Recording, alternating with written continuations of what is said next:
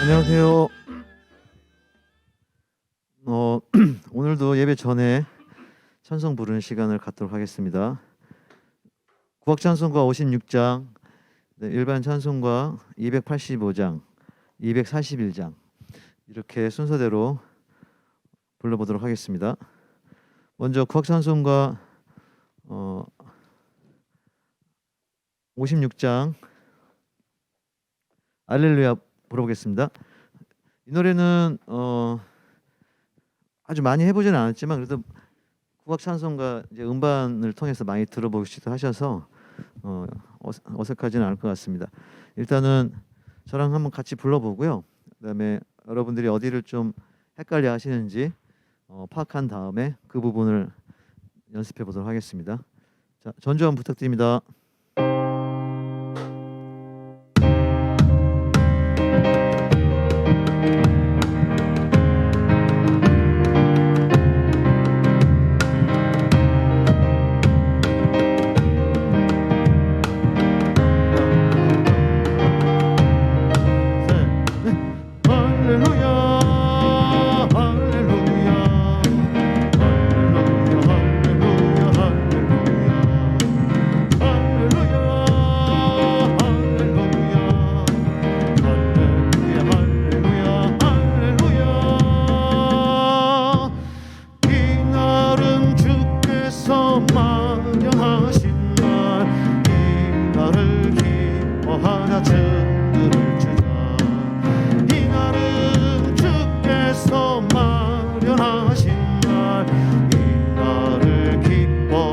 주를 주자.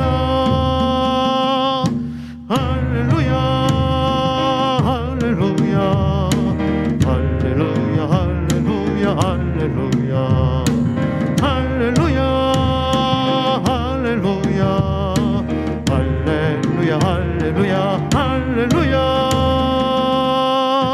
네, 이런 식으로 이제 그 다음에 2절 가고 그 다음에 다시 처음으로 가서 또 3절 하고 3절까지 하고 나서요. 그 다음에 거기서 끝내는 게 아니고 다시 또 처음으로 가야 됩니다. 알렐루야. 그래서 두 번째 단 알렐루야 피너라고 적힌 부분에서 이제 끝마치면 되는데요. 많이 들어보시긴 하셨지만 막상 또 노래 하려니까 조금 어려운 부분들이 있죠. 지금 시간이 그렇게 많지는 않은데 그 국거리 부분 그 부분을 제가 두 마디 할 테니까 한번 따라해서 해주시기 바랍니다. 이날은 주께서 마련하신 날. 좀 더 지나서요. 조금 더 이렇게 그 다음 네네 그 부분. 자, 제가 두 마디 할게요. 이 처음이 이거죠. 하나 둘 셋. 이날은 주께서 마련하신 날. 이 주께서 마련하신 날. 이 날을 기뻐하자 춤들을 추자.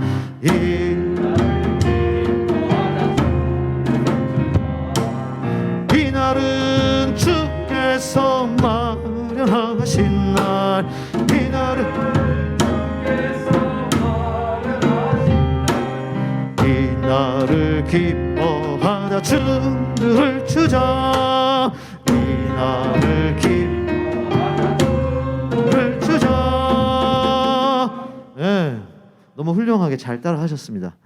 여기 지금 옆에 잘 모르시겠지만 김관희 장로님께서 지금 계시거든요. 그 옆에는 또 김은미 장로님께서 두 분이서 너무 잘 따라 해주시고 그래서 여러분들도 잘 하는 걸로 제가 생각하고 이분은 넘어가도록 하겠습니다. 그러면 한 번만 1절에서 그 2절 넘어가는 부분까지 한번 이어서 처음부터 해보겠습니다. 자, 바로 그냥 들어갈게요. 시간이 없으니까. 하나, 둘, 셋. 자, 그리고 자 오랜만에 자지모리 장단 나왔거든요. 자지모리 장단은 정말 몸이 가만히 있어서 이 자세로 노래할 수 없는 장단입니다. 만약에 그럴 수 있는 분이 있으면 제가 하여튼 맛있는 거 사드릴게요. 자, 몸을 흔들어야 됩니다. 자, 하나, 둘, 셋, 넷. 할렐루야, 할렐루야, 할렐루야, 할렐루야, 할렐루야, 할렐루야, 할렐루야, 할렐루야, 할렐루야, 할렐루야. 주께서 마련하신 날, 이 날을 기뻐하자 춤들을 추자. 이 날은 주께서 마련하신 날, 이 날을 기뻐하자 춤들을 추자. 할렐루야 할렐루야 할렐루야 할렐루야 할렐루야 할렐루야 할렐루야 할렐루야 할렐루야 할렐루야. 주님의 은혜를 받으리니. 자, 여기까지 할게요. 자, 네, 이렇게 쭉 이어가면 됩니다. 그 다음에 이제 처음으로 가서 알렐루야에서 끝나면 되고요. 그 다음에 저희 찬송가, 일반 찬송가, 그 주의 말씀 받은 그날, 이 노래는 그렇게 어렵지 않기 때문에 그냥 시간이 없어서 넘어가고요. 그냥 242장 황무지가 장미꽃같이, 이 노래 한번 1절만 같이 한번 해보도록 하겠습니다. 전주 부탁드릴게요.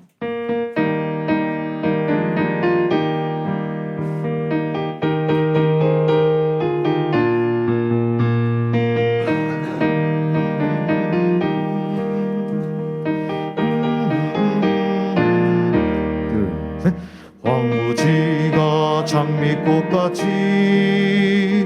피는 것을 볼 때에 불속함에 노래 부르며 거룩한 길 가니리.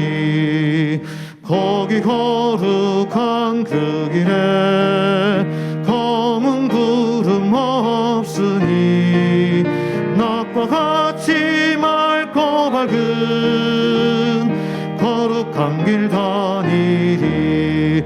자, 시간이 거의 다 됐는데요. 검은 구름 그 부분, 검은 구름 없으니, 이 부분 해볼게요. 하나 둘 셋.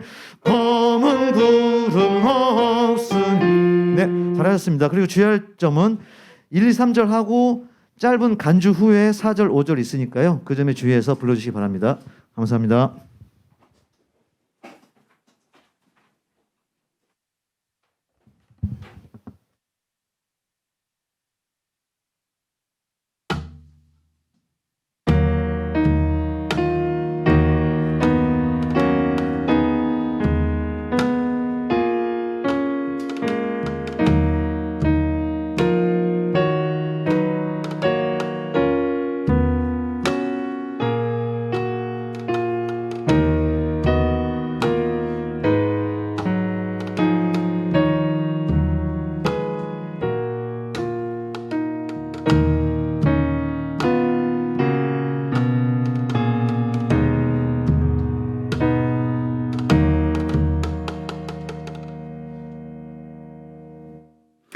안녕하세요. 안녕하세요. 사순절 네 번째 주일 향림교회 온라인 예배에 참여하신 교회 여러분들과 모든 분들을 환영합니다. 사순절이 시작된 지도 한 달이 되었습니다. 개인적인 삶에서든 사회적인 삶에서든 여러 가지 어려움들을 우리가 겪기도 하는데요. 이럴 때일수록 고난의 시간을 믿음으로 지나가셨던 예수를 묵상하는 이 계절에 배워야 할 것들에 대한 저희들의 마음 또한도 간절해지는 것 같습니다. 코로나가 정점을 거의 지나가는 것 같죠. 이 시기를 오는 동안 또 지나가는 동안 우리의 삶을 지켜오는 것들도 사실 쉽지 않았고 또 육체적으로도 아픔을 겪기도 합니다. 사회적으로는 여러 가지 국내국외적인 위기 상황과 또 어려움들을 겪습니다. 대통령 선거 이후로 우리들은 이 사회적인 여건이 참 불운하다 하는 그런 느낌 또한도 무겁게 간직하고 있습니다. 그러나 이런 개인적 사회적인 삶 속에서도 우리가 여전히 살아가야 할 이유가 있고 또 우리가 해야 할 그런 몫이 있을 것이라고 생각합니다. 십자가의 길을 걸으셨어도 그분에게 부활의 은총을 베푸셨던 것처럼 하나님께서 예수 그리스도에게 주셨던 하늘의 은총을 오늘 우리들에게도 내려주기를 간절히 바랍니다. 교회 소식을 간략하게 두 가지를 전하고 나서 예배에 들어가고자 합니다. 그동안 작년 12월 26일부터 석 달 남짓 저희들이 비대면 예배로 온라인으로만 만났습니다. 이제 정점을 지나가는 듯하니 좀 안전한 범위 내에서 대면 예배를 재개하자고 당회는 결정했습니다. 그래서 다음 주부터 4월이 시작되어지는 첫 주부터 대면 예배를 명동 서울 YWCA 대강당에서 갖게 됩니다. 일단은 정부의 방역 지침을 고려해서 또 안전을 고려해서 60세 미만의 교우들로 2주간만 일단 운영을 하기로 했습니다. 4월 3일, 10일 이때에는 60세 미만의 교우들께서 참석해 주셨으면 하고요. 17일이 부활주일입니다. 그때부터는 조금 더 확대되는 방안이 될 수 있도록 정부 지침을 고려해서 다시 한번 결정하기로 했습니다. 그 사실에 대해서는 좀 추후에 알려드리도록 하겠습니다. 이런 비대면 기간이 지속되다 보니까 공동의회를 가져야 할 사안이 있는데 그 점을 어떻게 진행할까 좀 논의를 2월부터 해온 사안이 하나 있습니다. 그간 우리 교회에서 목사 수련 과정을 지나오신 백찬양 전사님이 지난 달에 목사 고시에 합격을 하였고 그것에 따라서 당회와 모군위에서는 어떤 방식으로 이분의 이 안수와 청빙 절차를 진행할 것인가를 논의해 왔습니다. 공동의회에서 결정하는 것이 옳지만 그걸 할 수 없기 때문에 당회 모군위 연석회의를 통해서 먼저 절차적인 것들을 진행하고 추후에 여건이 되었을 때 공동의회를 통해서 추인받기로 하는 모군위의 논의가 있었습니다. 그것에 준해서 오늘 끝나고 나서 2시부터는 당회 모군위 연석회의로 이 안건을 두고 진행하고자 합니다. 공동의회에 참여하실 우리 교회 회원들 양해해 주시고 추후에 이 과정들에 대해서 말씀드리도록 하겠습니다. 그러면 우리 마음을 모아서 함께 예배드리겠습니다. 사순절 넷째 주일의 은총이 우리 마음속에 하나님의 변함없는 생명과 정의와 평화의 말씀으로 자리 잡기를 원합니다. 묵상하겠습니다.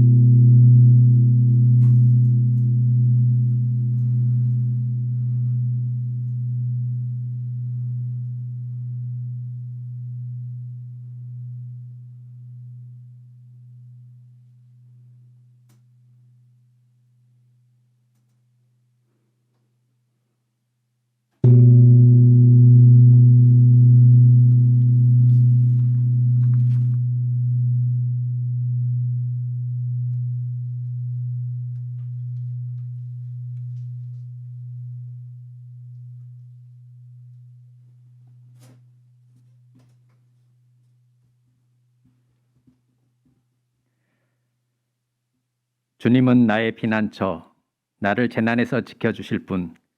주님께서 나를 보호하시니 나는 소리 높여 주님의 구원을 노래하렵니다. 주님께서 말씀하신다. 내가 가야 할 길을 내가 너에게 지시하고 가르쳐주마. 너를 눈여겨보며 너의 좋은 자가 되어주겠다. 너희는 제갈과 굴레를 씌워야만 잡아둘 수 있는 분별 없는 노새나 말처럼 되지 말아라. 악한 자에게는 고통이 많으나 주님을 의지하는 사람에게는 한결같은 사랑이 넘친다. 의인들아, 너희는 주님을 생각하며 즐거워하고 기뻐하여라. 정직한 사람들아, 너희는 다 함께 기뻐 환호하여라. 아멘.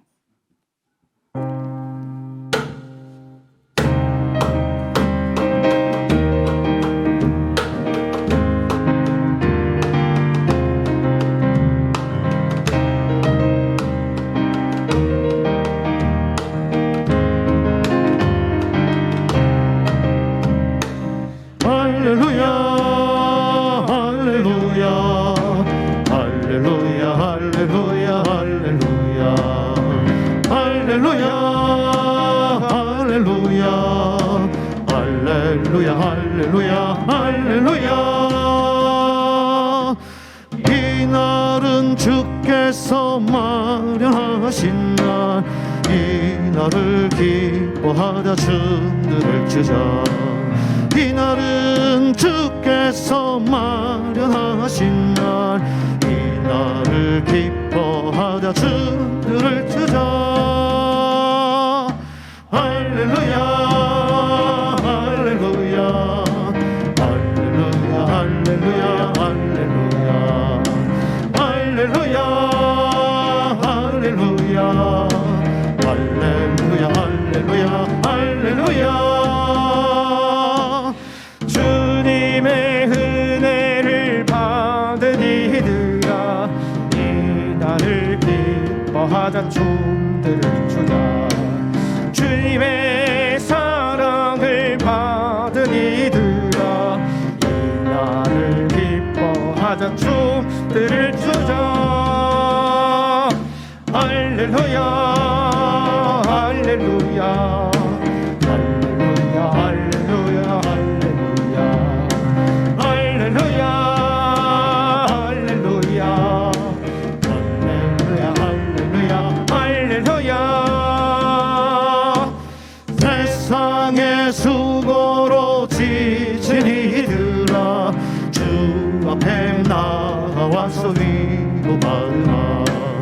우리의 인생길 동행하시니 모두들 기뻐하며 찬양 드리자. 할렐루야 할렐루야 할렐루야 할렐루야 할렐루야 할렐루야 할렐루야 할렐루야 할렐루야 할렐루야.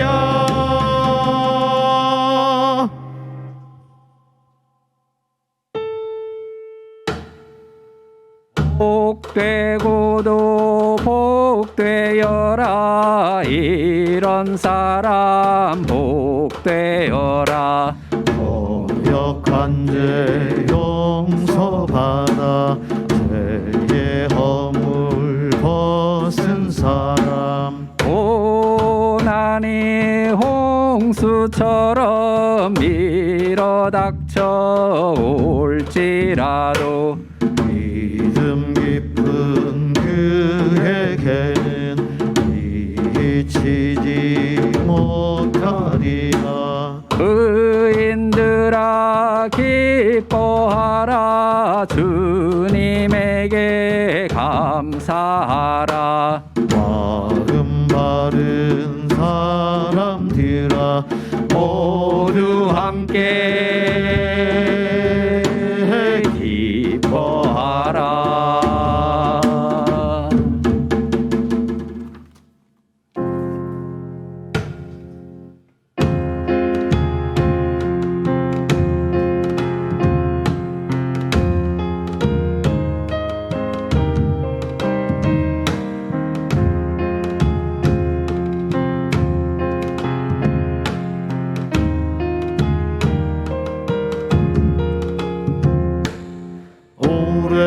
오래전부터 지금까지, 지금부터 영원토록 우리는 주의 백성이요, 주님은 우리 왕이시니 영광 찬송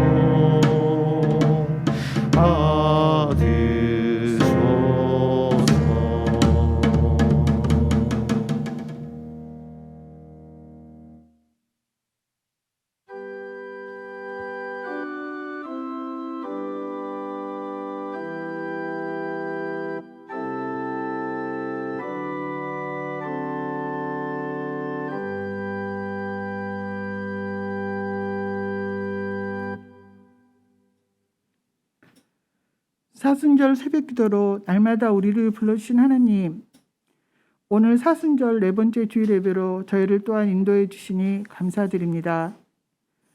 많은 교우들이 오미크론 양성으로 고생하고 있지만 잘 이겨내게 하시고 오늘 예배 시간으로 인도해 주시니 또한 감사드립니다. 한 주간도 다양한 삶의 모습에서 향기로운 이웃으로 살기를 원했습니다. 그러나 지치고 부족한 모습 이대로 주님 앞에 나옵니다. 간간히 스치는 한박 웃음, 따뜻한 차 한 잔의 나눔, 일용할 양식 등 감사한 시간도 분명히 생각이 납니다. 오늘도 귀한 생명의 시간으로 저희에게 인도해 주시니 감사와 찬양을 드립니다. 주님, 이번 대통령 선거로 인하여 우리는 우리의 삶의 모습과 다른 또 다른 50%의 다른 이웃이 있다는 것을 보았습니다. 그러나 생활 중에 비추는 모습을 볼 때면 옳고 그름만으로 비치니 다름을 인정하는 것이 무척 힘들었습니다. 서로 다름을 인정하는 것보다 옳고 그름으로만 평가했던 습관이 가득한 내 안의 모습으로 인하여 일상생활을 유지하지 못할 만큼 힘든 시간을 보냈습니다. 이런 어리석은 모습 이대로 주님 받아주시고 또한 용서하여 주시옵소서. 우리 다시 살아갈 힘과 용기를 얻을 수 있는 시간이 되기를 간절히 기도드립니다. 평화의 하나님, 여기저기 봄꽃들이 손짓하지만 바라볼 여유도 없이 마음이 굳어진 인내의 시간이었습니다. 여전히 촌스러운 내 모습이 보이기도 했습니다. 저는 사회복지사로 일하고 있습니다. 도움을 요청하는 당사자와 뭘 원하는지, 어떻게 달라지기를 바라는지, 그래서 무엇을 도우면 힘이 날지를 묻고 또 물으며 구체적인 실행 방법도 찾고 합의하는 과정을 통해서 돕는 일을 하고 있습니다. 그런데 나라의 국정과 대업을 위탁받은 분이 자신을 공약했던 이유 하나만으로 일방적으로 몰아치는 모습에 충격을 금할 수 없었습니다. 누가 저 말도 안 되는 공약을 해라고 했을까요? 그게 국민이 원하는 것이었냐고요. 국방부 내에 1000명 이상의 근무자가 있는데 갑자기 이사를 준비하라? 이런 비상식적인 일이 벌어지고 있는데 큰 권력 주변에 많은 똑똑한 양반들은 뭘 하고 있는지, 대한민국 서울 한복판에서 이뤄주는 이런 말도 안 되는 현상으로 거의 생활을 하기가 힘들었고 이해되지 않았습니다. 대한민국의 모든 권력은 국민으로부터 나온다는 사실을 기억했으면 좋겠습니다. 많은 세금으로 고급 전문 인력을 다 세팅해주고 업무를 부여했으니 전문가와 상의하고 국민의 뜻을 물어보고 또 물어봤으면 좋겠습니다. 전직 법조인이니 이 나라의 통치의 기본인 법이 있음을 기억했으면 좋겠습니다. 중대재해법이 없어지지 않고 작은 단위로도 확대되기를 바랍니다. 대기업을 살리기 위해서 많은 중소기업들의 길을 꺾지 않았으면 좋겠습니다. 자랑스러운 대한민국을 만들기 위해서 각처에서 새벽부터 저녁까지 성실히 일하는 우리 국민을 기억하며 상식이 통하는 새로운 정부가 되기를 하나님 간절히 기도드립니다. 주님, 이렇게 조건부 인정이지만 한 걸음씩 인정하고 마음을 추스리러 갑니다. 입법, 사법, 행정에 각각에 처한 사람들도 독자적으로 일을 하면서 화합하는 나라가 되기를 빌고 또 기도드립니다. 초등학교 4학년에 배운 사회 내용만이라도 실천할 수 있는 나라가 되기를 간절히 기도드립니다. 평화의 하나님, 정치가 우리 생활에 이렇게 밀접하고 중요한 사안임을 알길래 눈을 크게 뜨고 똑똑히 점검하며 함께 참여하며 함께 참여할 수 있도록 원하고 기도드립니다. 저희는 이태원 녹사평 해방타운을 마을버스 2번, 3번을 타고 전철을 이용하고 110번, 400번, 422번 버스를 타고 막힘없는 일상생활이 유지되기를 또한 간절히 기도드립니다. 향년교회로 우리를 부르신 하나님, 교회를 위해 기도합니다. 교회의 기간을 기억해 주시고 목회실을 당해 모군이 각 신도와 부서들, 미래선교위원회 건축위원들, 담임 목사님, 부목사님, 전도사님, 특히 목회실에 힘을 다하여 주십시오. 코로나로 방문과 소통이 없어서 더 외롭게 투병하고 있는 우리 교우들에게 의사에게만 맡기지 마시고 주님의 치유의 능력으로 함께하여 주시옵소서. 학업과 생업, 군복무로 몰리는 교우들에게도 또한 주님 동행하여 주셔서 힘을 다하여 주십시오. 미래가 불안한 우리 청년들을 붙들어 주시고 건강한 사회론으로 성장할 수 있도록 인도하여 주십시오. 사회 구조를 바꿔서 청년들의 각각의 달란트대로 행복한 미래를 꿈꿀 수 있도록 우리 어른들이 힘을 합해서 모든 구조를 바꾸는데 더 힘을 합치도록 저에게 지혜와 능력을 다하여 주십시오. 주님, 우리의 고백과 결단에 실행할 힘을 더하여 주십시오. 저희가 기도하고 행동하고 물질을 데려내고자 합니다. 각자의 소명을 실천할 때 하늘의 위로와 기쁨을 더하여 주십시오. 오늘 목사님을 통한 하나님 뜻에 위로와 힘을 얻고 다시 우리의 삶의 방향을 가다듬을 수 있는 시간이 되기를 기도드립니다. 주님, 이제 저희의 입을 닫고 주님의 음성을 기다립니다. 말씀하소서.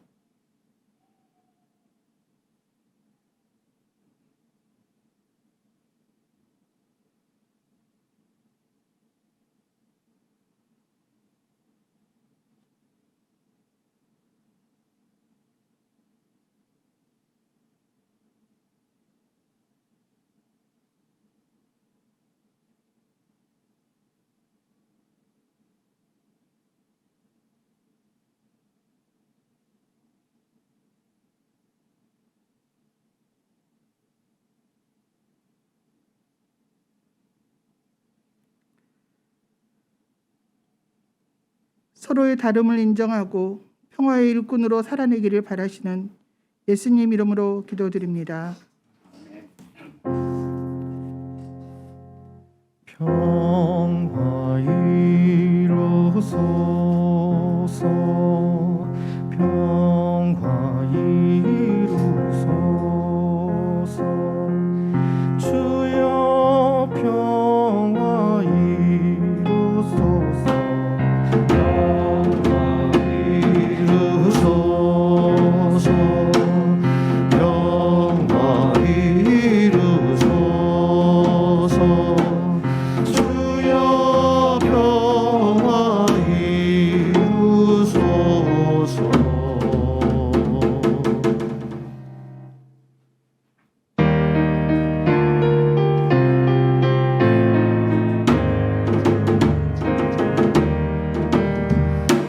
하늘에 계신 우리 아버지 만물이 당신을 하나님으로 받들게 하시며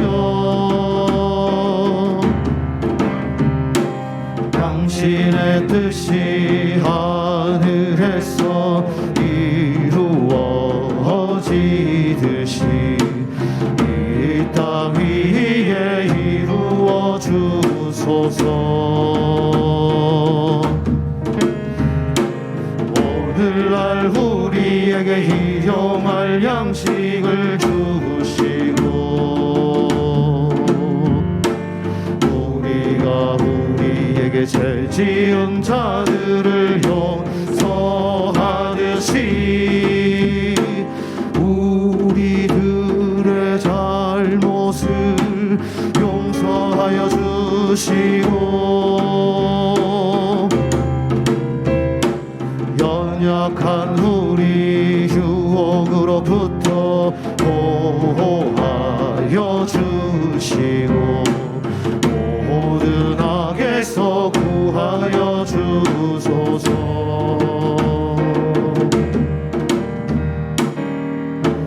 주의 나라 주의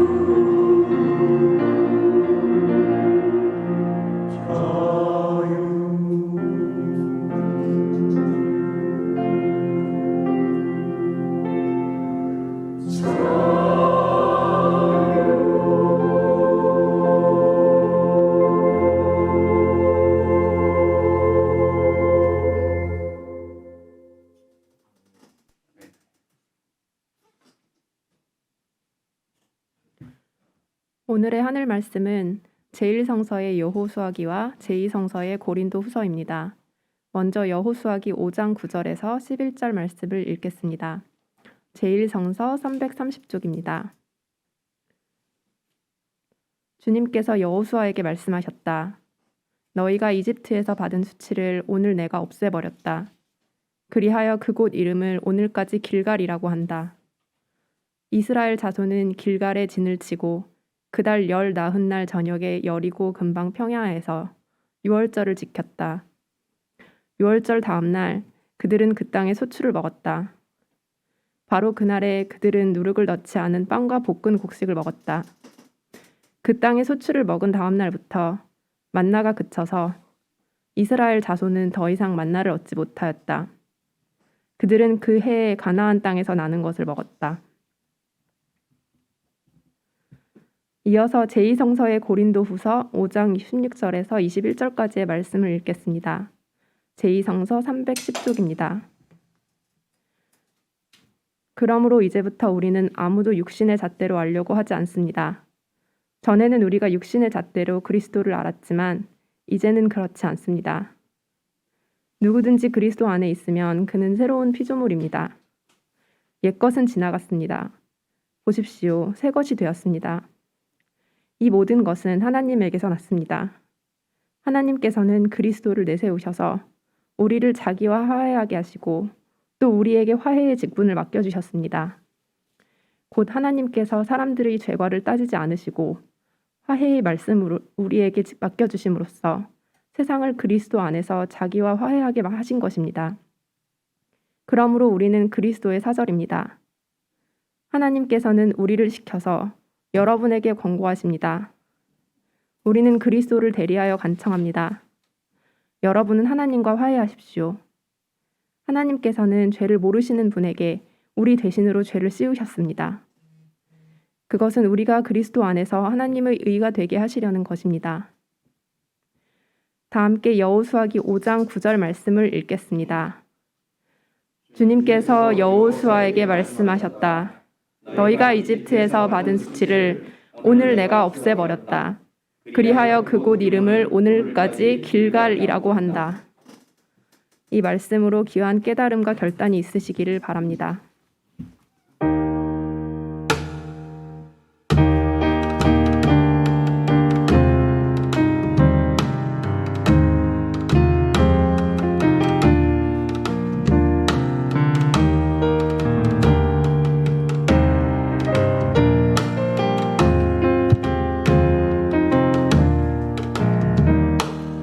예수님 진리 제자를 가르치셨듯이 이 시간 당신의 말씀으로 우리를 깨우치소서.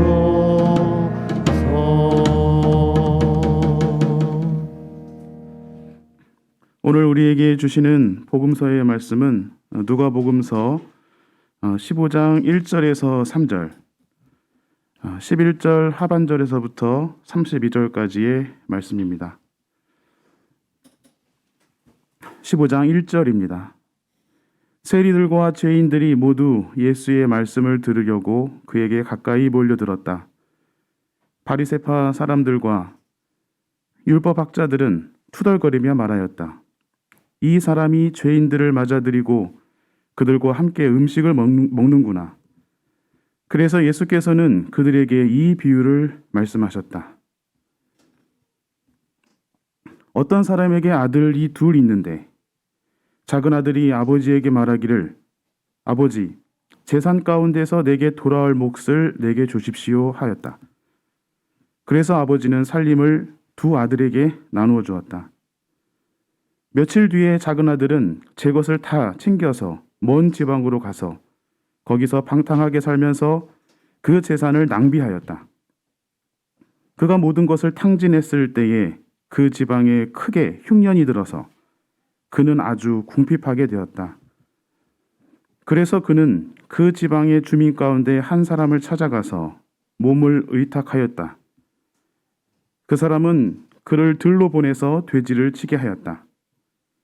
그는 돼지가 먹는 주엄 열매라도 좀 먹고 배를 채우고 싶은 심정이었으나 그에게 먹을 것을 주는 사람이 없었다.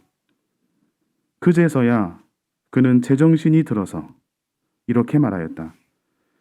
내 아버지의 그 많은 품꾼들에게는 먹을 것이 남아도는데 나는 여기서 굶어 죽는구나.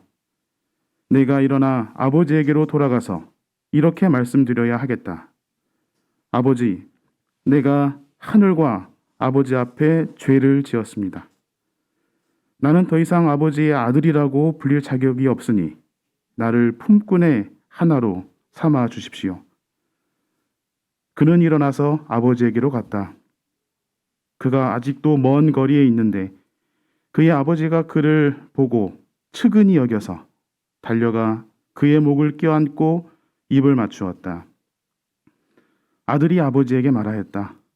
아버지, 내가 하늘과 아버지 앞에 죄를 지었습니다. 이제부터 나는 아버지의 아들이라고 불릴 자격이 없습니다.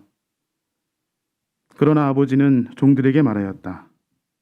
어서 가장 좋은 옷을 꺼내서 그에게 입히고 손에 반지를 끼우고 발에 신을 신겨라. 그리고 살진 송아지를 끌어내다가 잡아라. 우리가 먹고 즐기자. 나의 이 아들은 죽었다가 살아났고 내가 잃었다가 되찾았다. 그래서 그들은 잔치를 벌였다. 그런데 큰 아들이 밭에 있다가 돌아오는데 집에 가까이 이르렀을 때에 음악 소리와 춤추면서 노는 소리를 듣고 종 하나를 불러서 무슨 일인지 물어보았다. 종이 그에게 말하였다. 아우님이 집에 돌아왔습니다. 건강한 몸으로 돌아온 것을 반겨서 주인 어른께서 살진 송아지를 잡으셨습니다. 큰아들은 화가 나서 집으로 들어가려고 하지 않았다. 아버지가 나와서 그를 달랬다. 그러나 그는 아버지에게 대답하였다. 나는 이렇게 여러 해를 두고 아버지를 섬기고 있고 아버지의 명령을 한 번도 어긴 일이 없는데 나에게는 친구들과 함께 즐기라고 염소 새끼 한 마리도 주신 일이 없습니다. 그런데 창녀들과 어울려서 아버지의 재산을 다 삼켜버린 이 아들이 오니까 그를 위해서는 살진 송아지를 잡으셨습니다. 아버지가 그에게 말하였다.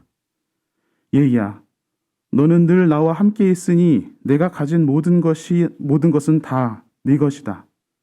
그런데 너의 이 아우는 죽었다가 살아났고 내가 잃었다가 되찾았으니 즐기며 기뻐하는 것이 마땅하다. 이는 주님의 말씀입니다. 주님 감사합니다. 마음에 새겨 행하겠습니다.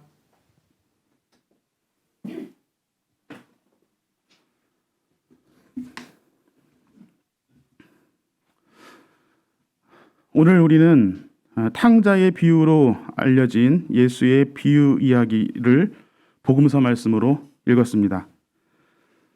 아버지의 재산 일부를 당연하게 자신의 것으로 여긴 둘째 아들이 미리 그것을 끌어다가 이내 탕진하고 고생하다가 뉘우쳐 다시 아버지에게로 돌아왔다는 줄거리입니다. 이 비유에 담긴 종교적인 의미에 대해서 통상적으로 이렇게 이해해 왔습니다.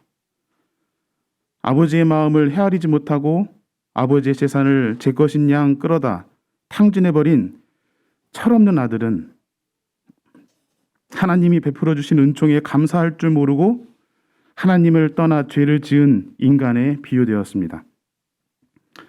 이와 반대로 그런 아들조차 너그럽게 다시 받아주시고 상속자의 권리를 복권시켜준 아버지는 한없이 자비로우신 하나님으로 비유되었습니다. 인간은 하나님의 은혜를 저버리고 죄를 짓는 천덕꾸러기이지만 하나님은 그가 회개했을 때 너그럽게 받아주시는 분이시니 인간은 하나님을 알지 못하는 얼마나 우매한 죄인이며 하나님은 그 얼마나 자비로우신 분인가. 회개하여 하나님께로 돌아오라. 인간은 태생적으로 우매한 죄인임을 인정하라. 신앙과 교회를 다시는 떠나지 말라 하는 해석이 통속적으로 이어졌습니다. 이러한 결론의 해석은 교회 중심적으로 그럴듯해 보이지만 이야기의 앞뒤를 잘라먹고 비유를 전하는 예수님의 뜻을 뒤틀어버린 불완전한 해석입니다. 예수께서 비유로 가르치신 본 뜻이 무엇이며 이 비유를 어떤 정황에서 누구에게 전했는지를 파악할 때 이 비유의 의미를 올바로 해석할 수 있습니다. 복음서에 기록된 예수님의 비유들은 하나님 나라를 설명하는 방식으로 사용되었습니다. 하나님 나라를 논리적으로만 설명하지 않고 듣는 이들이 체험했을 법한 경험의 소재들을 활용하여 이야기를 완성하고 그 비유를 통해 하나님 나라를 이해시키려 했던 것입니다.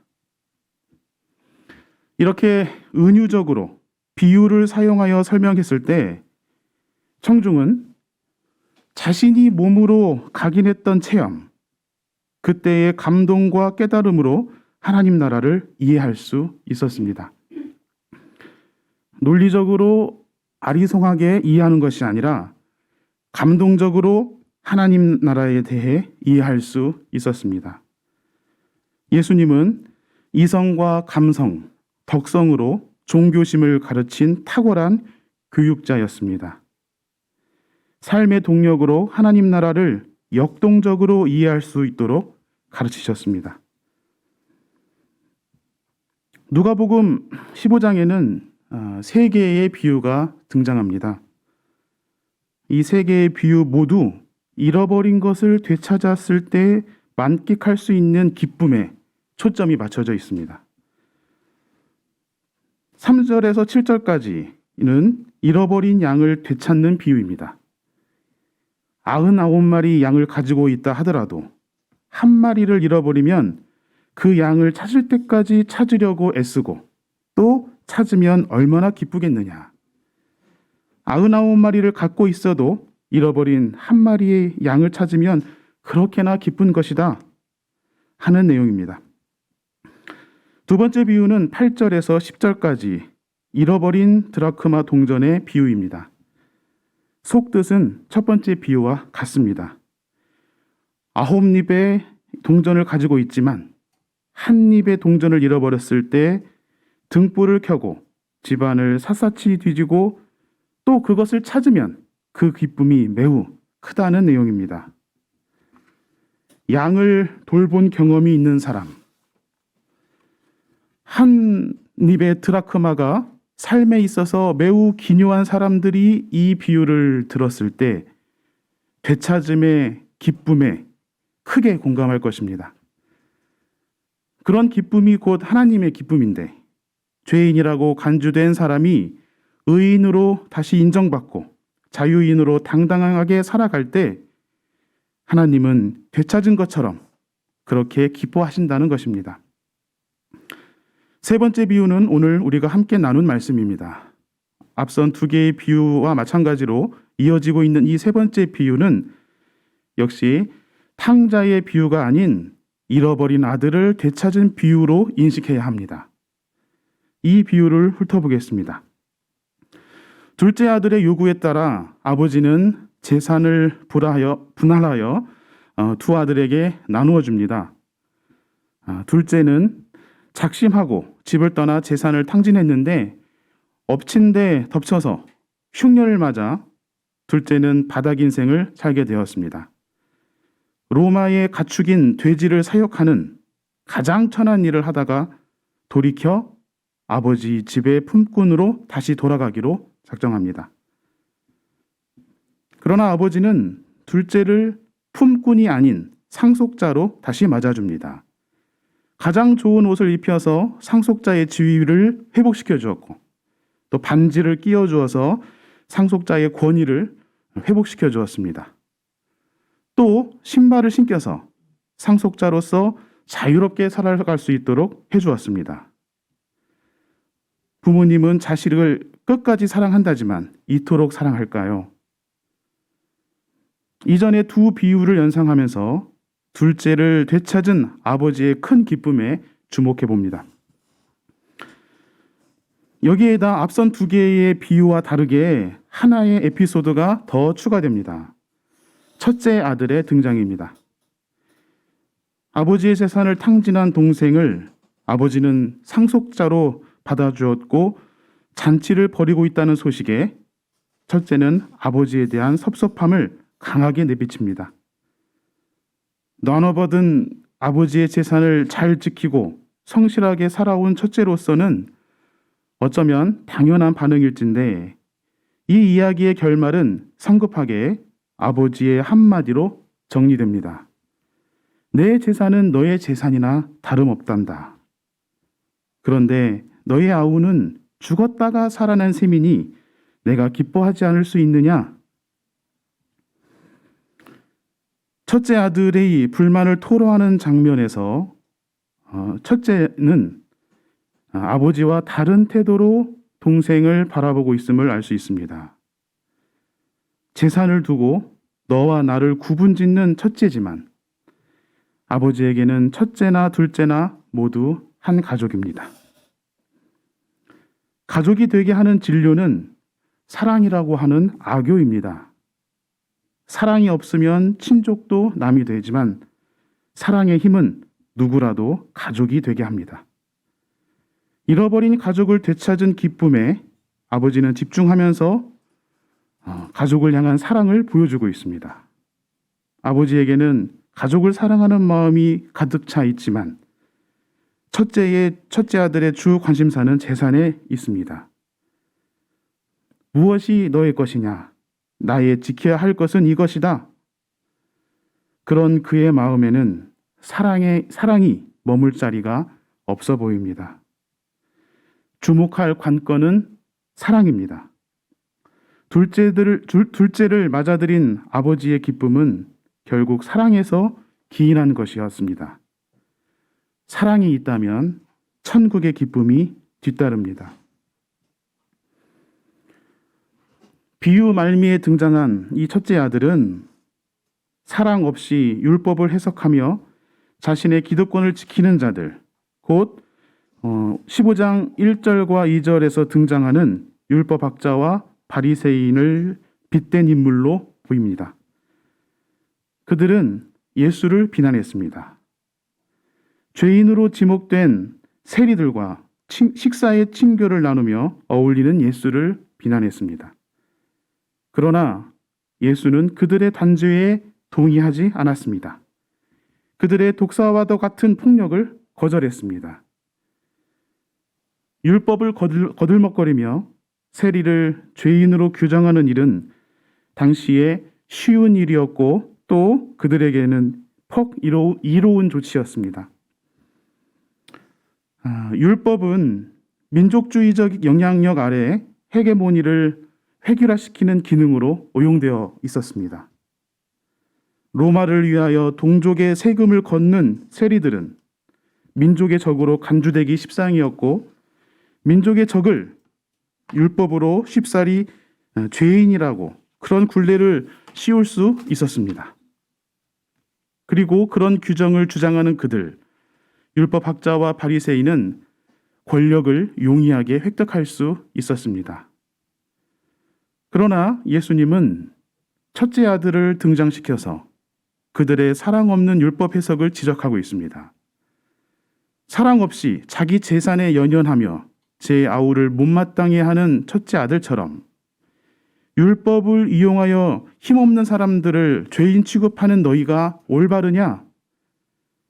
사랑 없는 율법 해석은 거짓된 것이며 너희 율법학자와 바리새인은 권력을 탐하는 무리배에 지나지 않는다는 예수님의 비판이 여기에 담겨 있다고 생각합니다. 누가복음서 15장의 비유들은 당시 천대받으며 양을 치던 목동들, 드라크마 한 잎이 삶에 요긴했던 가난한 사람들, 세리들과 같은 민족주의적 이데올로기의 희생자들에게 천국의 기쁨을 나눠주는 이야기입니다. 동시에 사랑 없이 지배 권력을 차지하면서 하나님의 율법을 오욕하는 거짓된 종교 지도자, 권력 몰입애들을 비판한 것이었습니다. 율법학자와 바리새인에 의해 죄인으로 낙인 찍혀 공동체에서 배제된 이들이 잃어버린 양들이었습니다. 권력이 집중됨에 따라 가난한 삶을 살 수밖에 없었던 힘없는 자들의 삶이 그토록 소중한 드라크마 한 잎이었습니다. 아버지에게로 돌아올 수 있는 가능성을 박탈당한 채 죄인으로밖에 살아갈 수 없었던 세리가 둘째 아들이었습니다. 그렇게 잃어버린 것들을 되찾는 자리가 바로 예수님의 식탁이었습니다. 그 자리는 하나님 나라의 기쁨이 샘솟는 자리였고, 죄인으로 취급받던 그들은 하나님이 기뻐하시는 사람들, 곧 새로운 존재가 되었습니다. 예수님의 사역은 이와 같은 하나님 나라의 자리를 펼쳐내고 그 안에 구원받은 새로운 존재를 탄생시키는 운동이었습니다. 이 과정에서 율법학자나 바리새인과 같은 거짓의 실체를 드러내는 예언자적 사건이 파생되었습니다. 예수님의 구원 사건은 구조적 죄악에 의해 죄인으로 낙인 찍혀서 숨조차 쉴 수 없는 이들에게 숨통을 틔워 구원받는 새로운 존재로 거듭나게 하는 운동입니다. 이 같은 예수님의 구원 사건을 준행하는 집단이 바로 교회입니다. 교회의 선교 활동의 목표는 새로운 존재를 잉태하는 것입니다. 교회 생활과 선교 활동 과정에서 나 자신이 새로워지고 우리의 관계가 늘 새로워지며 새로운 희망을 함께 꿈꾸면서 새로운 사회, 새로운 나라를 만들어 나가는 것, 이것이 우리가 추구해 가야 하는 길입니다. 오늘 제1성서 여호수아기 말씀에는 가나안 땅의 한 곳인 길갈이라는 지명이 나옵니다. 히브리어 길갈에서 길은 뒤엎다, 역전시키다는 의미를 가진다고 합니다. 5장 9절 말씀대로 길갈은 이집트를 탈출한 이스라엘 백성이 이집트에서 받은 수치를 하나님께서 뒤엎으시고 역전시킨 사건을 간직한 지명입니다. 이집트를 벗어나 40년의 광야 생활을 마치고 가나안 땅에 들어선 이스라엘에게 중요한 사건이 일어났던 장소 길갈입니다. 출토된 예리한 돌조각들을 미루어 보아 길갈에서는 할례와 유월절 종교의식의 축제가 벌어진 곳으로 그렇게 성서학자들은 추정하고 있습니다.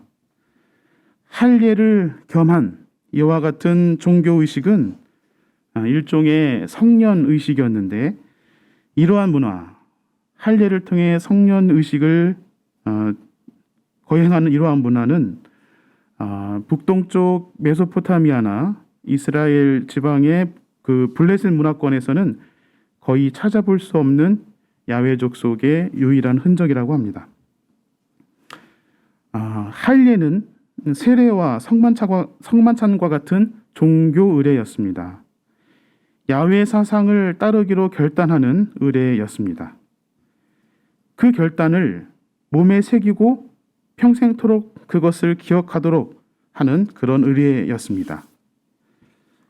수치스러웠던 이집트에서의 노예 생활과 또 광야 생활 동안 경험하고 훈련했던 야훼 사상을 기억하는 것으로 이 할례의 의례가 거행되었을 것입니다. 특이한 점은 보통 이스라엘 민족은 태어날 때 할례를 하게 되는데, 길갈에서는 사춘기에 접어든 소년들이 할례의 대상이었다는 점입니다. 이것은 이주민이었던 이스라엘이 가나안 땅에 진입한 후 가나안 원주민과 문화적으로 습합되는 과정에서 가나안 사람이 이주민 이스라엘의 영향을 받아서 야훼 사상을 수용했던 흔적으로 보입니다. 또 하나의 주목할 만한 문화적인 현상이 있는데 이스라엘이 길갈에서 유월절을 지내면서 그 땅의 소출을 먹었다는 11절의 기록에서 찾아볼 수 있습니다. 광야 생활을 하던 유목민족이 가나안 땅에 정착하면서 농경사회로 전이되고 있다는 사실입니다. 농경문화권으로 진입한 이스라엘이 야훼 사상을 훈련했던 유목문화의 경험을 잊지 않기 위해서 유월절을 지내면서 할례로 야훼 사상의 흔적을 새기려 했다는 점이 특별하게 발견됩니다. 가나안 땅의 길갈은 이스라엘에게 중요한 전환의 사건이 새겨진 지역입니다. 광야 생활에서 훈련했던 야훼 사상을 가나안 땅에서도 잊지 않고 전승하려고 노력한 흔적입니다.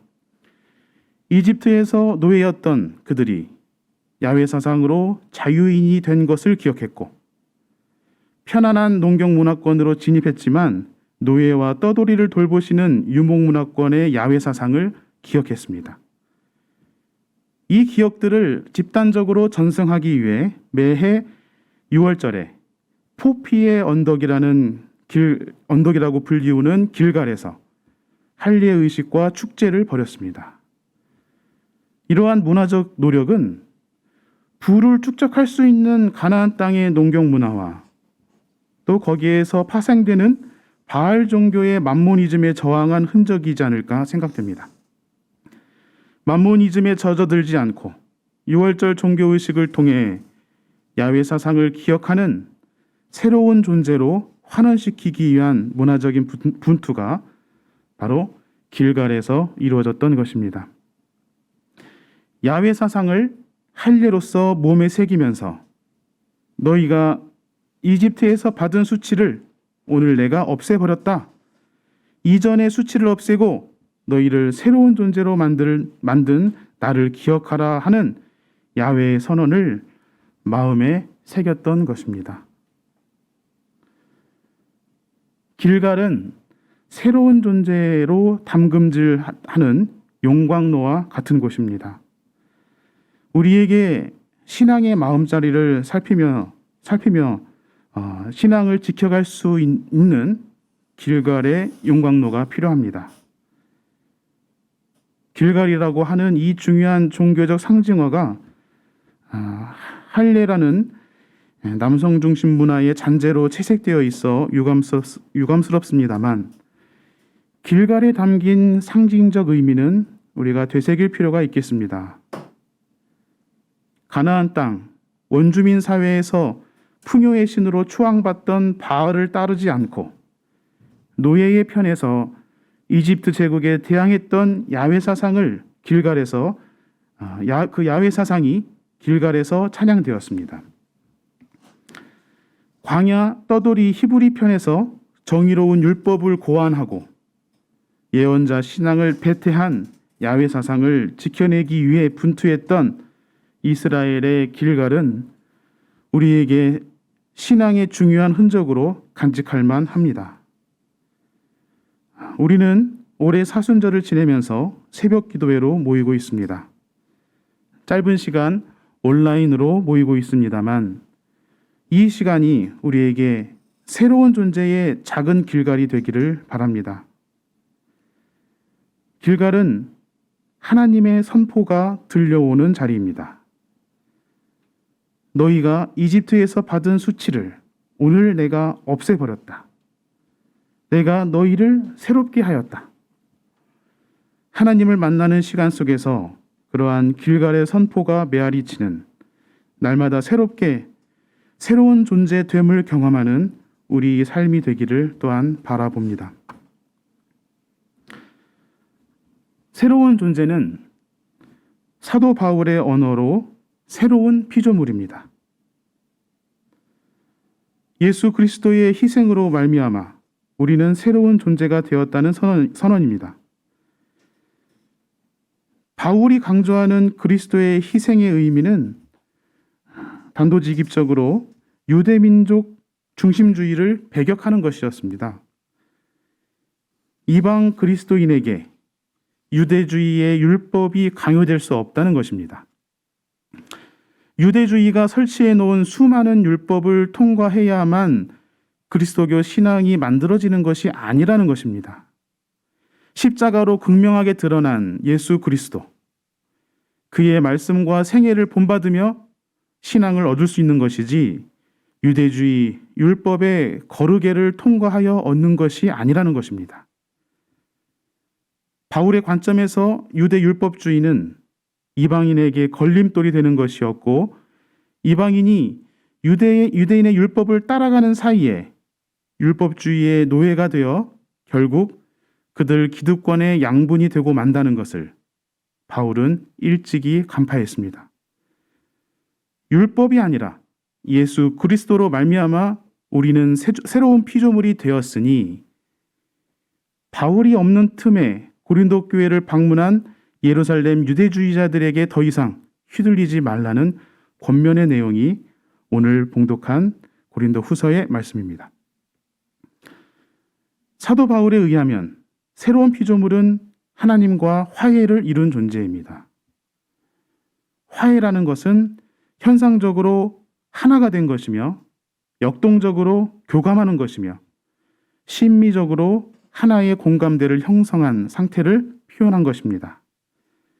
하나님과 먼저 화해를 이루신 예수 그리스도, 그분을 통해 우리도 하나님과 화해를 이루었으니 이제 우리가 그리스도의 사절이 되어 하나님과 세상이 화해할 수 있도록 선교해 나가자 하는 사도 바울의 권면, 바로 오늘 함께 나눈 서신서의 말씀입니다.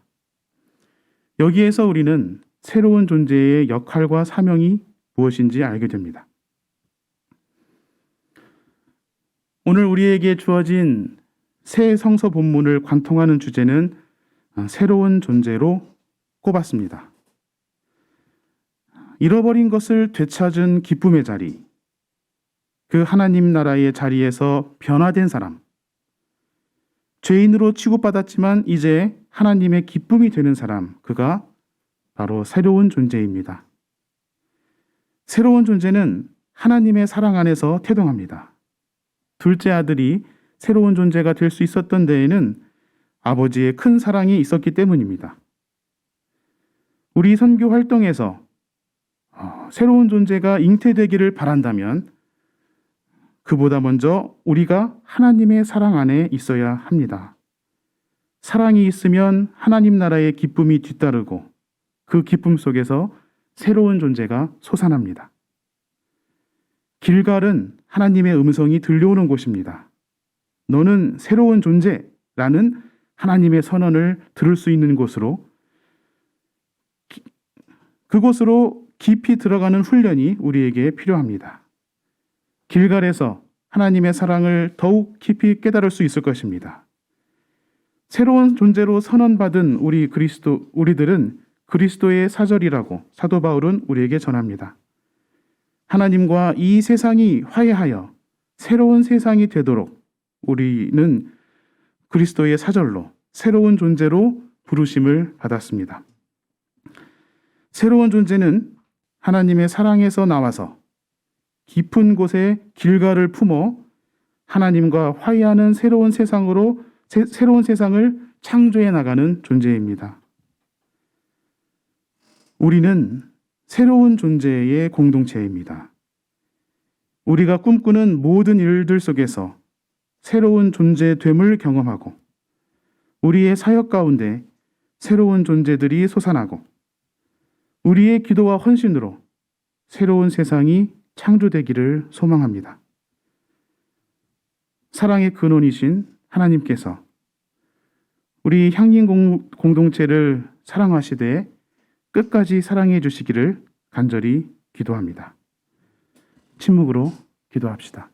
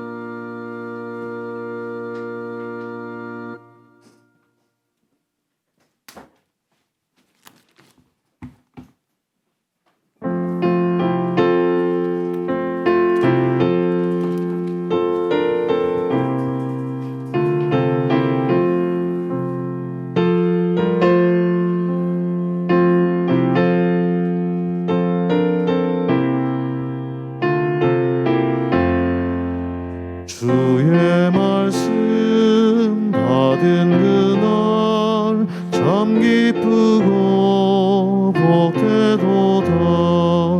이 기쁜 마음 못 이겨서 온 세상에 전하노라.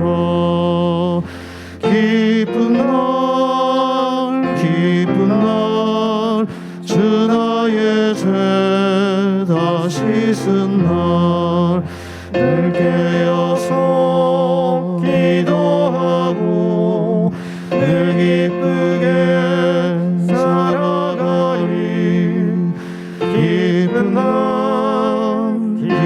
날 주 나의 죄 다 씻은 날. 이 좋은 날 내 천한 몸 새 사람이 되었으니 이 몸과 마음 다 바쳐서 영광의 주 늘 섬기리. 기쁜 날 주 나의 죄 다 씻은 날 늘 깨어서 기도하고 늘 기쁘게 살아가니. 기쁜 날 주 나의 죄 다 씻은 날. 새 사람 된 그날부터 평안한 마음 늘 있어서 이 복된 말 전하는 일 나의 본분 삼았도다. 기쁜 날 주 나의 죄 다 씻은 날 늘 깨어서 기도하고 늘 기쁘게 살아가리. 기쁜 날 주 나의 죄 다 씻은 날.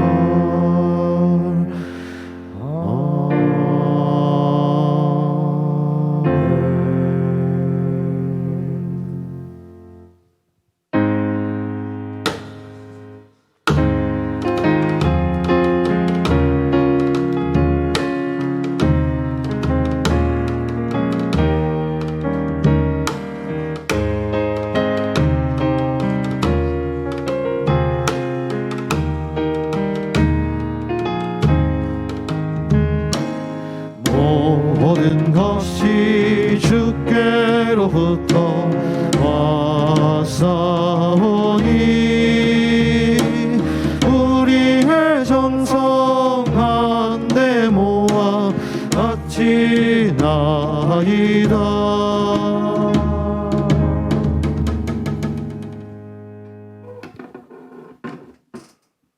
주님 감사합니다. 어제는 비를 내리사 봄의 전령을 재촉하매 산수화가 화답하고 나무마다 새순이 돋아 연두색 물결이 겨울의 창백함을 걷어내고 있습니다. 주님, 우리의 욕망과 탐욕으로 망가뜨린 지구별의 황폐함을 이제라도 되돌리기 위한 생각을 갖게 하시고 행위를 하게 하며 신명나게 할 수 있도록 인도하여 주소서. 3년간이나 우리 삶을 옥죄인 코로나로 지치고 상한 영혼과 육체를 위로와 치료의 영으로 임하셔 이 시간 예배드림을 감사드립니다.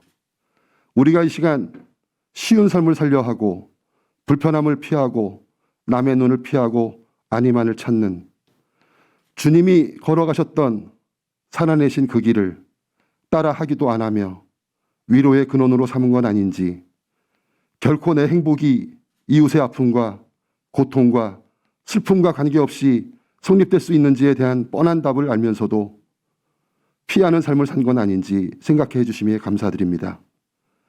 주님, 이날의 정치 지도자로 인해 속상하고 분노하여 행복을 잃어가는 저희에게 다시 한번 심기일전 고난을 극복하고 아름다운 미래를 열어젖힐 용기와 희망을 갖게 하소서. 주님, 이 시간 저의 작은 정성을 드립니다. 재능, 물질, 마음, 이 모든 것들이 주님 보시기에 합당하게 쓰여지게 하소서. 향림 공동체와 함께 해주시는 주의 이름으로 안녕을 기원합니다. 길갈에 이르게 하소서. 아멘.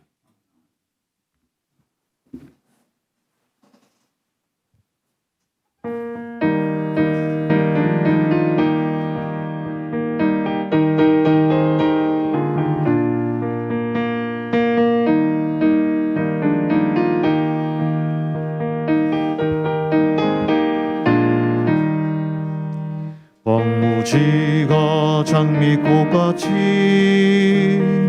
피는 것을 볼 때에 불속함에 노래 부르며 거룩한 길 다니리.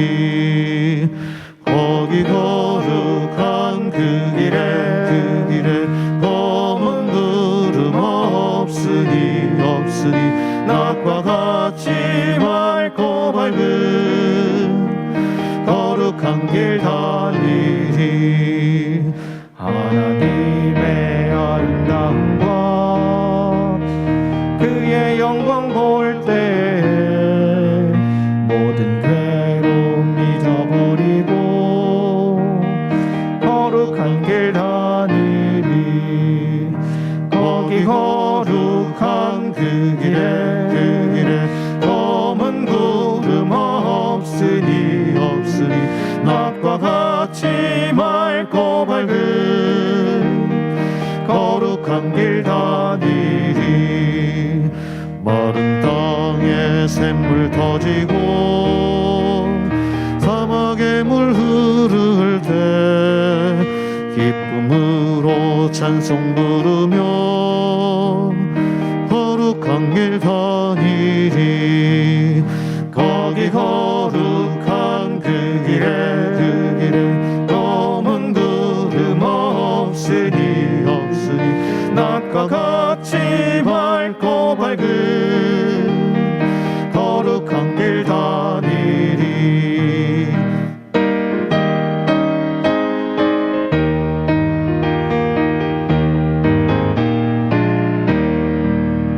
거기 약한 짐승 없으리. 두려울 것 없겠네. 평안함과 즐거움으로 거룩한 길 다니리.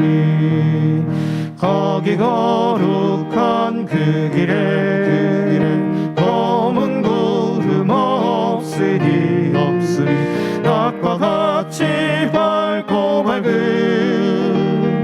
거룩한 길 다니리. 거기 죄인 전혀 없으니 거룩한 자뿐이라. 주님 주신 면류관 쓰고 거룩한 길 다니리. 거기 거룩한 그 길에 검은 구름 없으니 낮과 같이 맑고 밝은 거룩한 길 다니리. 파송의 말씀을 전합니다. 너희가 이집트에서 받은 수치를 오늘 내가 없애버렸다. 우리를 향한 하나님의 선언을 들으십시오. 마음속 깊은 곳에서 그 사랑의 음성을 들으십시오. 누구든지 그리스도 안에 있으면 그는 새로운 피조물입니다. 옛것은 지나갔습니다. 보십시오. 새 것이 되었습니다. 건축하는 교회당에서 뜻을 품은 우리의 모든 선교 활동에서 우리의 친교와 봉사 가운데 새로운 존재가 잉태되기를 소망하며 함께 축복 기도를 나눕시다. 주 예수 그리스도의 은총과 하나님의 사랑과 성령께서 이루어주시는 친교가 우리 가운데 영원토록 함께 있기를 주님의 이름으로 축원합니다. 아멘.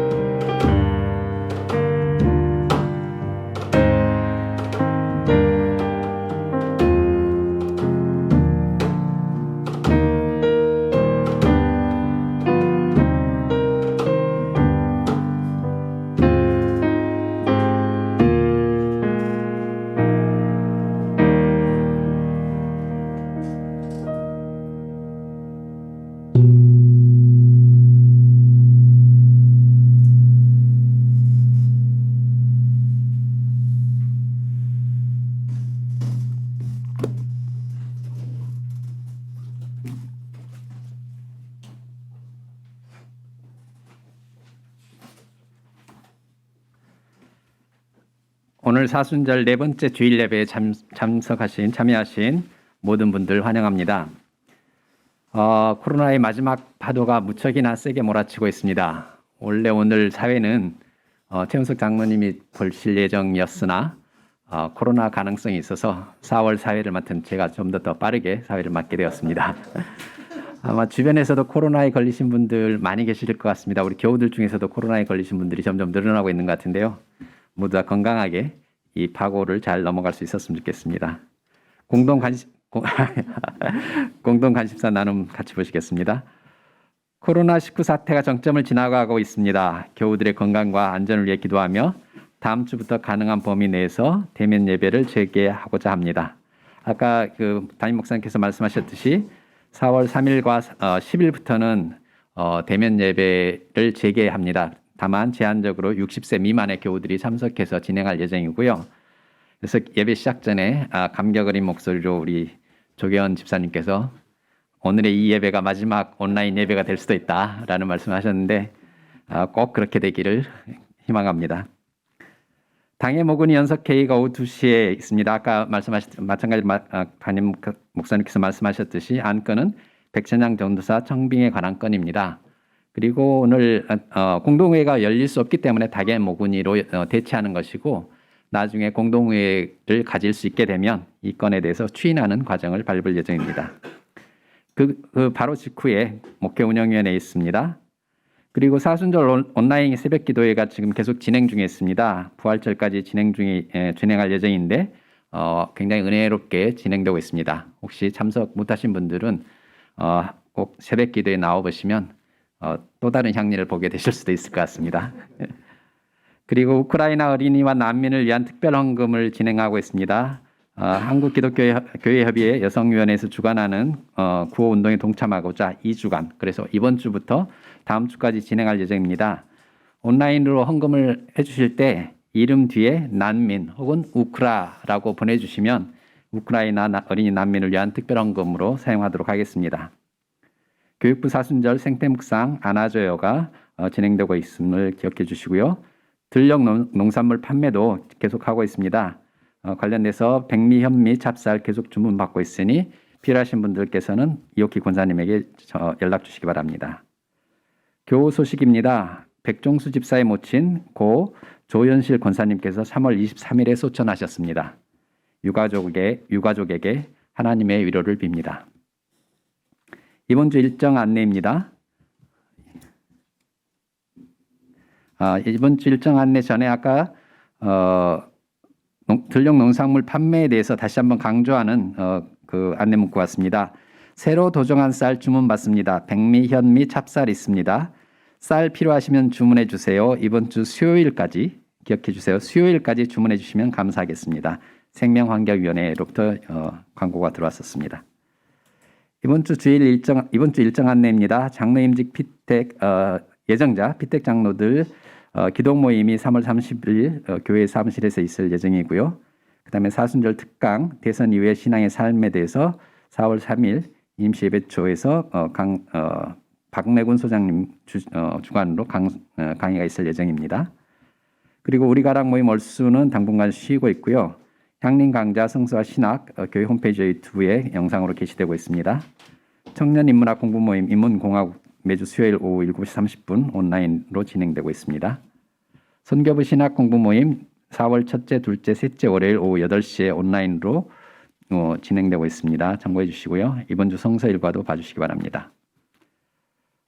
이후에 일정 안내입니다. 4월 10일에 정기당회가 있을 예정이고 거기에서 4월 아까도 말씀드렸듯이 18일에 전체적인 대면 예배로 확대 여부에 대해서도 논의를 할 예정입니다. 이후에 에큐메니컬 소식들에 대해서는 참고를 해주시기 바랍니다. 촛불연합기도회 사회적 협동 길목 입문 강좌 그리고 서울로의 목후생, 목사고생과 장로 교육과 고시가 있다는 거 참고해 주시기 바랍니다. 그러면 향립교인 실천 다짐, 생활 실천 다짐으로 예배를 마치도록 하겠습니다. 우리는 교인들 한 명 한 명의 주체적 참여가 교회 민주주의의 근간이 된다고 믿으며 이를 위해 각 신도회, 부서, 평화나눔 공동체 등 교회 모임에서 적극적으로 참여한다. 예, 이상으로 오늘 예배를 마치도록 하겠습니다. 코로나가 심한 그런 한 주간이 되겠지만 교회 여러분들 모든 가정에 건강과 평안이 있으시길 기원합니다. 감사합니다.